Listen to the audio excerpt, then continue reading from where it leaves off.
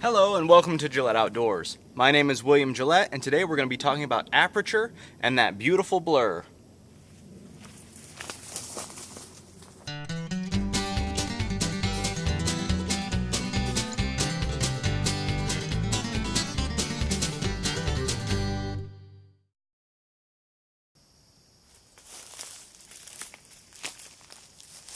So what is aperture? Well, aperture is not even a camera thing. Aperture is actually a lens thing. So with your camera and your lens together, you have three different ways that you can control the amount of light that comes into your camera. The first being ISO, which ISO just adjusts the sensitivity of your camera's sensor.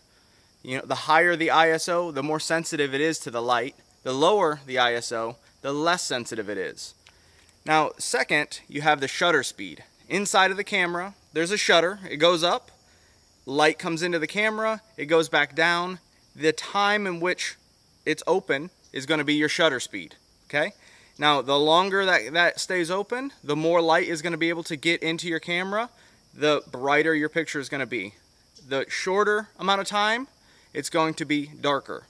So that's how your camera body actually controls the amount of light that's in the picture. Now with your lens, you have what's called an aperture. So this is what we're going to be talking about today.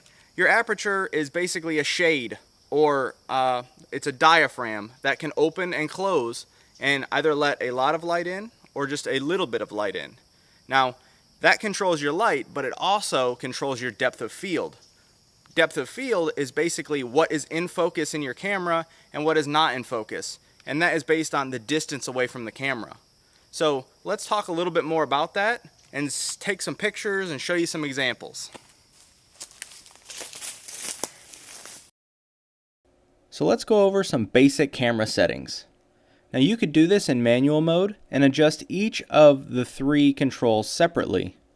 But to make it easier, if you switch your camera to aperture priority mode, it will actually adjust the shutter speed and the ISO for you, so that way you can just focus on your depth of field.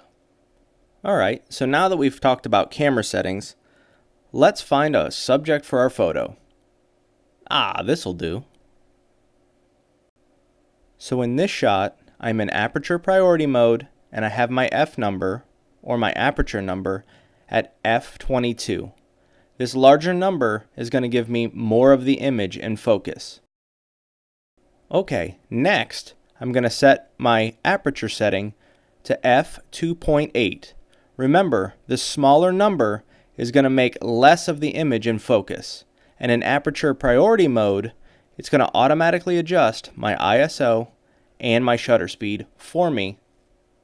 So starting out with this technique, just keep it simple. If you want a large depth of field, meaning more of the frame is going to be in focus, all you have to do is put your aperture setting to the larger number. So in this case, let's say f22. If you want a small depth of field or a shallow depth of field, so just a little bit of the frame is in focus, you want a small number. So we'll do f2.8. So now the artistic part is up to you.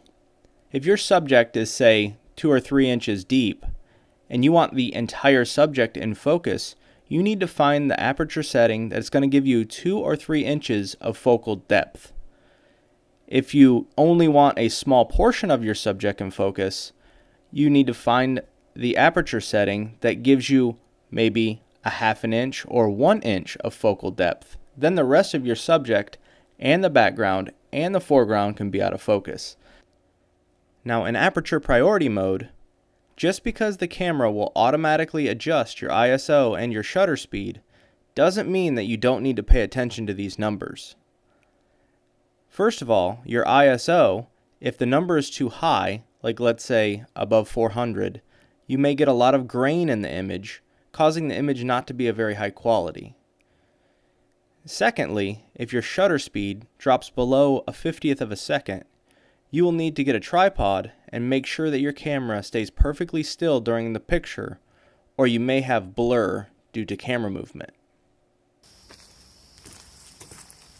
So I hope you've enjoyed this video, and I hope that you take these techniques and go take some great shots with good depth of field.